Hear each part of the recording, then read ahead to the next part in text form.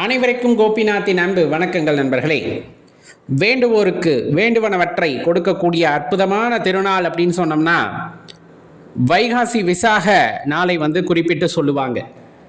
வைகாசி மாதம் வருகின்ற விசாக நட்சத்திரம் அப்படிங்கிறது ரொம்ப அற்புதமானது. முருகப்பெருமான் அவதரித்த தினமாக கருதப்படுகின்ற அந்த நாள் அப்படிங்கிறது அருகாமையிலே நமக்கு வந்திருக்கிறது. இது எப்போ அந்த நட்சத்திரம் அப்படின்னு பார்த்தா 8ஆம் தேதி மதியம் 2:10 ஆரம்பித்து 9ஆம் தேதி மாலை 4:40 வரலும் இருக்குது. அப்போ இதில் நம்ம எந்த நாளை எடுத்துக்கோனோம், 9ஆம் தேதி திங்கட்கிழமை அன்னைக்கு அந்த விசாக விரதத்தை கடைபிடிப்பது ரொம்ப சிறப்பான விஷயமாக கருதப்படுது. என்ன விரதத்திற்கு மகிமை? முருகப்பெருமான் அவதரித்த அந்த திருநாளிலே முருகப்பெருமானை நினைத்து விரதமிருந்து தனக்கு வேண்டுவனவற்றை ஐயனிடம் வேண்டுகோளாக வைக்கும் பொழுது அனைத்தையும் நிறைவேற்றி தருவார்.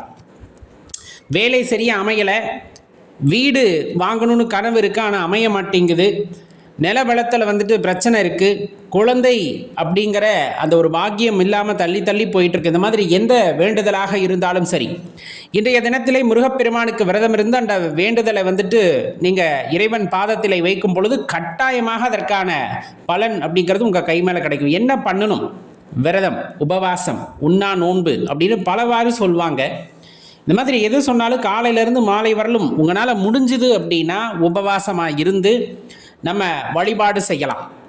இல்லை என்னால் முடியலை அப்படின்னா மிதமாக உங்களால் முடிஞ்ச அளவுக்கு சாப்பாடை எடுத்துக்கிட்டு மனசில் எப்போவுமே முருகப்பெருமானுடைய மந்திரத்தை சொல்லி கொண்டு இருப்பதன் மூலமாக நீங்கள் அவர் நினைப்பிலே இருக்கிறீங்க அப்படிங்கும்போது கண்டிப்பாக அது நல்ல வகையிலே உங்களுக்கு பலன் தரக்கூடியதாக இருக்கும். இப்போ விரதம் அப்படிங்கிறது உடலையும் சரி செய்யக்கூடியது. குறைஞ்சது ஒரு 16 மணி நேரம் சாப்பிடாமல் இருந்தோம் அப்படின்னா உடல் ஆரோக்கியம் திருப்பியும் தன்னை அதை புதுப்பிச்சுக்கும் அப்படின்னு சொல்லுவாங்க. அதனால் இந்த விரதம் இருப்பதை மாதத்திற்கு ஒரு முறை பழக்கப்படுத்திக்கோங்க. அதனால தான் நம்மளுடைய சமயங்களில் விரதங்கள் நிறைய குறிப்பிடப்பட்டிருக்கும். யாருக்கு என்ன விரதம் பிடிக்குதோ இருக்கலாம். முருகப்பெருமானுக்குரிய விரதம் அப்படிங்கிறது வைகாசி விசாகம் அப்படின்னு சொல்லக்கூடியது. எல்லாருமே இருக்கக்கூடிய விரதம் தான், இன்னார் தான் இருக்கணும்லாம் அவசியம் இல்லை. உடல் மனம் ரெண்டுமே ரொம்ப ஆரோக்கியமாக மாறும் அப்படின்னா அதில் மாற்று கருத்து இல்லை. எப்போ வழிபாடு செய்யணும்? திங்கட்கிழமை காலையில் ஒரு 6 மணிலேருந்து 7:20க்குள்ளே வழிபாட்டை செய்யலாம். காலையில் முருகப்பெருமானுக்கு பால், மோர், பானகம் இது மாதிரி விஷயங்களை நைவேத்தியமாக வைத்து நீங்கள் வழிபாடு செய்யலாம். சக்கரை பொங்கல் செய்ய முடிஞ்சுன்னா செஞ்சு வைக்கலாம். வீட்டில் முருகர் படம் இருக்குன்னா நல்லா அதை சுத்தப்படுத்திட்டு நல்ல வாசனையான மலர்களால் நீங்கள் அலங்காரம் செய்து, முடிஞ்சால் சிவப்பு நிற பூக்கள் இருந்ததுன்னா அலங்காரம் செய்து நீங்கள் முருகப்பெருமானை போற்றி பாடக்கூடிய எந்த பாடலாயினும் சரி, அல்லது நீங்களே எழுதி பாடினாலும் சரி, அது ரொம்ப உத்தமமான விஷயம். அந்த வழிபாட்டை செய்கிறீங்க அப்படின்னா கண்டிப்பாக நினைத்தது நடக்கும். அந்த நேரத்தை விட்டுட்டிங்கன்னா காலையிலேயே மணி 9:15 10:15 1 மணி நேரம் இருக்கும். அந்த நேரத்தில் நம்ம வழிபாடு செய்யலாம்.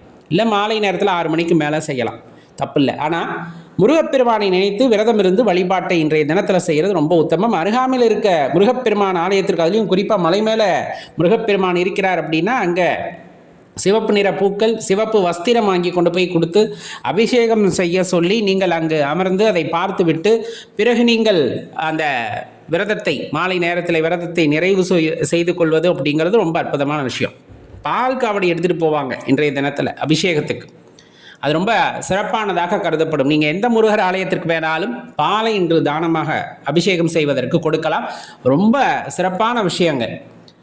பல இடர்பாடுகள் நமக்கு இருந்திருக்கும். அதிலிருந்தெல்லாம் மீண்டு வரணும் அப்படின்னா நமக்கு ஒரு நம்பிக்கை வேண்டும். அந்த நம்பிக்கை அப்படிங்கிறது முருகப்பெருமான் திருவடிகளிலே இருக்கிறது அப்படிங்கிறத மறந்துடாதீங்க.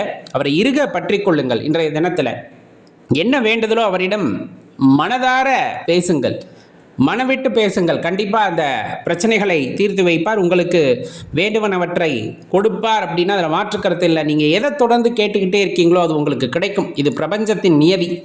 அது சத்தியத்திற்கு உட்பட்டு இருக்க வேண்டும், தர்மத்திற்கு உட்பட்டு இருக்க வேண்டும், அவ்வளவுதான். வஸ்திரமாக கொடுக்கலாம், அல்லது காலணி கொடுக்கலாம், விசிறி கொடுக்கலாம், பானக்கம் கொடுக்கலாம், மோர் கொடுக்கலாம். இந்த மாதிரி நம்மளால் என்ன முடியுதோ அதை இன்றைய தினத்தில் நம்ம தானம் செய்வது உத்தமம். இதுலேயும் ரொம்ப குறிப்பாக சொல்லப்போனால் வயதான தாத்தா இருக்காங்க, வயதான பாட்டி இருக்காங்க அப்படின்னா அவங்கள தேடி போய் நீங்கள் செய்கின்ற அந்த தானம் அப்படிங்கிறது ரொம்ப அற்புதமானது அப்படிங்கிறத மறந்துட வேண்டாம்.